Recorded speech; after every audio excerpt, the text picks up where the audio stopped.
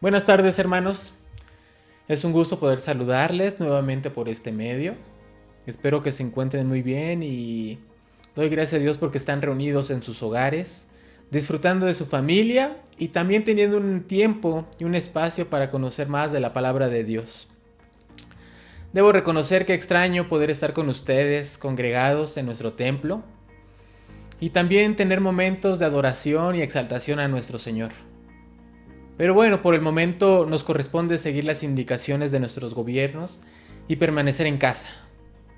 Así es que vamos a tener que dar gracias a Dios porque Él nos da estos medios en los cuales podemos tener comunicación con ustedes. Así es que yo les invito a que vayamos a nuestras Biblias al Salmo 126. Que busquemos el Salmo 126 y vamos a hablar sobre la libertad. Yo te invito a que busques en tu Biblia Salmo 126. Te estoy dando un tiempo para que puedas buscarlo. Y ya teniéndolo, vamos a darle lectura a la palabra de Dios. Cuando Jehová hiciere volver la cautividad de Sión, seremos como los que sueñan. Entonces nuestra boca se llenará de risa y nuestra lengua de alabanza. Entonces dirá entre las naciones: grandes cosas ha hecho Jehová con estos. Grandes cosas ha hecho Jehová con estos. Estaremos alegres. Haz volver nuestra cautividad, oh Jehová, como los arroyos del Negev. Los que sembraron con lágrimas, con regocijo segarán. Irán dando y llorando el que lleva la preciosa semilla, mas volverá a venir con regocijo, trayendo sus gavillas. Antes de iniciar, quiero ponerte en el contexto de este texto. Después de la muerte del rey Salomón en el 931 antes de Jesucristo, el Reino Unido de Israel fue dividido con 10 tribus del norte que formaron su propia nación utilizando el nombre de Israel, mientras que las 2 tribus restantes en el sur continuaron bajo el nombre de Judá. Durante los próximos 200 años, el reino del norte de Israel se alejó de su Dios y continuó con su culto de idolatría, hasta que en el año 722 a.C., Dios usó a los asirios como juicio. Los invadieron y se los llevaron cautivos y nunca más regresaron. Por otra parte, el reino del sur, Judá, continuó después durante otros 134 años después de la caída de Israel, solo para ser juzgado por su adulterio espiritual por el rey babilonio Nabucodonosor.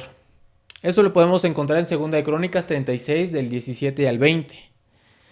Nos dice que los sitió, los conquistó y destruyó el templo y se llevaron los tesoros que estaban en él, los tesoros de la casa real y a todos los nobles, a los fuertes, a los artesanos, a los herreros, a los ricos. Solo quedó habitando en Jerusalén las personas pobres. Eso lo vemos en 2 de Reyes 24. Pero Dios había advertido al reino del sur por medio de Jeremías que serían cautivos 70 años. En Jeremías 25:11 lo podemos ver. Toda esta tierra será puesta en ruinas y en espanto, y se servirán estas naciones al rey de Babilonia 70 años. Pero les prometió que pasando este tiempo los iba a regresar a su lugar. En Jeremías 29:10, porque así dijo Jehová: cuando en Babilonia se cumplan los 70 años, yo los visitaré y despertaré sobre vosotros mi buena palabra, para haceros volver a ese lugar. Y utilizó también al profeta Isaías una vez que estaban cautivos para decirles cómo es que regresarían. Eso lo vemos en Isaías 44:28. Que dice de Ciro: es mi pastor y cumplirá todo lo que yo quiero, al decir a Jerusalén: serás edificada, y al templo serás fundado. Este Salmo 126 es probable que se origine antes del regreso de Judá a Jerusalén, desde Babilonia, o quizá después del mismo o cuando reconstruyeron el templo en los tiempos de Esdras y Nehemías. No lo sabemos con certeza, pero sí podemos aprender grandes cosas. En primer lugar, leemos en el versículo 1, cuando Jehová hiciere volver la cautividad de Sión, seremos como los que sueñan. Cuando Jehová hiciere volver la cautividad de Sión. Estamos viendo ya en nuestro pasaje la soberanía de Dios haciendo volver al pueblo de la esclavitud. Él permitió que el pueblo fuese llevado esclavo. Dios permitió esta esclavitud para su pueblo. Bien nos dice nuestro texto, cuando Jehová hiciere volver, también vemos la soberanía que Él tiene la decisión de dar el tiempo y el momento adecuado cuando Él quiera. Dios los liberó del yugo opresor para que valoraran de verdad esa libertad y estuvieran alegres. El ser humano ha de ser privado de algo para que ese algo tenga sentido de valor para él. Por ejemplo, la salud. No la valoramos hasta que nos vemos en una enfermedad y recordamos ese momento donde todo estaba bien, donde no había dolor. O la familia. A veces no le ponemos la atención adecuada. Y en algún momento, cuando perdemos un familiar, nos arrepentimos de no haber dado el tiempo suficiente para él. O estos tiempos que estamos pasando. Podemos reflexionar en ellos y recordar los momentos en el que teníamos las libertades de poder salir a nuestras calles, de poder ir al trabajo, de poder ir a la escuela, de poder hacer mis actividades como de costumbre. Y te recuerdo lo que te decía, el ser humano ha de ser privado de algo para que ese algo tenga sentido de valor para él. Yo creo que este tiempo Dios lo está permitiendo para que valoremos el tiempo que tenemos, la libertad que tenemos. Es la soberanía de nuestro Dios en acción. En segundo lugar, quiero decirte que la libertad que Dios nos da produce que volvamos a soñar. Hemos leído, cuando Jehová hiciere volver la cautividad de Sión, seremos como los que sueñan. Podemos volver a soñar. Cuando Cristo viene a tu vida, Él te da esa nueva actitud en ti de volver a soñar. Hay un salmo, el Salmo 137, y nos muestra el sentimiento que vivían estando esclavos. Y era un momento doloroso, lleno de tristeza. Y voy a leerlo para que tengamos la idea más clara. Y dice, junto a los ríos de Babilonia, allí nos sentábamos y aún llorábamos, acordándonos de Sión. Sobre los sauces, en medio de ella, colgamos nuestras arpas. Y los que nos habían llevado cautivos nos pedían que cantásemos. Y los que nos habían desolado nos pedían alegría, diciendo, cantadnos alguno de los cánticos de Sión. Aquí podemos ver la tristeza, el pesar del pueblo. Y vemos cómo nos menciona que esta actitud la llevaban a tal grado de que colgaban sus arpas en los sauces. Podemos ver claramente que ya no tenían un motivo por el cual vivir. Habían perdido todos sus sueños, habían perdido todas sus ilusiones, habían perdido la capacidad de soñar a un futuro. Pero hermanos, cuando Cristo viene a nuestra vida, Él nos regresa esa capacidad de soñar. Cuando Cristo viene a ti, te vuelve a una vida mucho mejor. nos da ese anhelo, ese sueño de poder hacer las cosas mucho mejor. Entonces, la libertad que Dios nos da nos produce volver a soñar. En tercer lugar, la libertad que Dios nos da nos produce una boca llena de risa, de alegría. Cuando Cristo viene a tu vida, hay efectos muy positivos. Y es que puedes voltear a ver tu pasado y tal vez sea un poco doloroso, tal vez sea triste. Pero sabemos que nuestro futuro va a ser glorioso porque está en manos de Cristo Jesús. Pues la palabra nos dice en Jeremías 29:11, porque yo sé los pensamientos que tengo acerca de vosotros, dice Jehová, pensamientos de paz y no de mal, para daros el fin que esperáis. Hermanos, al escuchar esto, tu boca debe de llenarse de alegría. Debe llenarse de risa. Estamos en manos de nuestro Señor. En cuarto lugar, la libertad que Dios nos da produce una lengua llena de alabanza. Esta palabra llena de alabanza quiere decir gritos de alegría.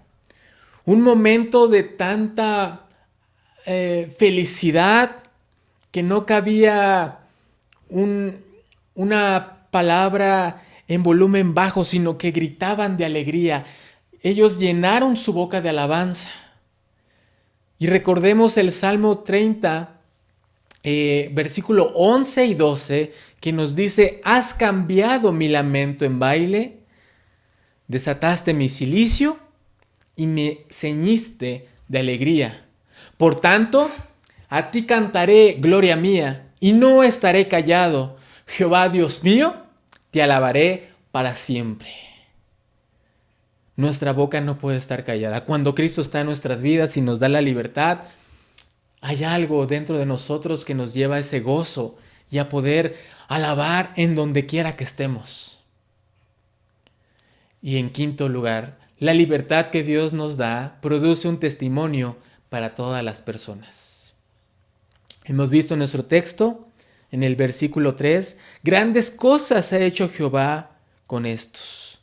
En el 2 también menciona, entonces dirán entre las naciones, grandes cosas ha hecho Jehová con estos.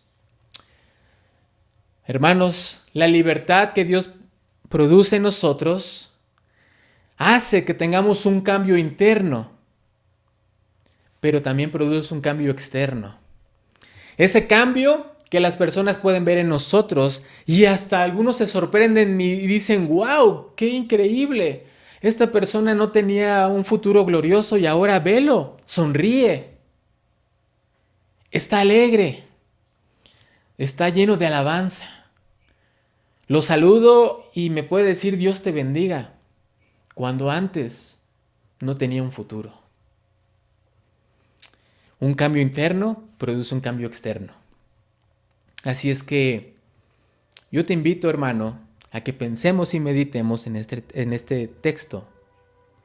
Yo sé que en estos tiempos ha sido algo complicado quedarse en casa, no tener la libertad a la cual estamos acostumbrados, a la economía a la cual tal vez teníamos ya destinado bajo un presupuesto. Tal vez nuestros planes se han venido abajo, pero hoy recordamos que Jehová es el soberano. Y Él puede, y Él tiene todo el poder de liberarnos de todo tipo de esclavitud mental o espiritual o de cualquier índole. Recordemos que dice: cuando Jehová hiciere volver. No decía cuando un rey quisiera, cuando una persona decida, cuando el coronavirus se quite. No, hermanos, cuando Jehová hiciere volver. Así es que te invito que desde tu casa no pierdas el ánimo, no desfallezcas, pues tenemos lo más importante, a Cristo en nuestras vidas. Y Él nos trajo la más grande libertad. Así que vuelve a soñar, llénate de alegría y que tu lengua produzca alabanzas a tu Dios. Y algo que te quiero decir es que desde tu hogar puedes reflejar toda esta alegría. Puedes reflejar toda esta felicidad. Recuerda que debemos nosotros ser morada de Dios y de su Santo Espíritu. Si tienes a Dios en tu corazón, en estos momentos, en estos tiempos, no va a ser necesario tener un templo. No va a ser necesario tener un grupo de alabanza al frente.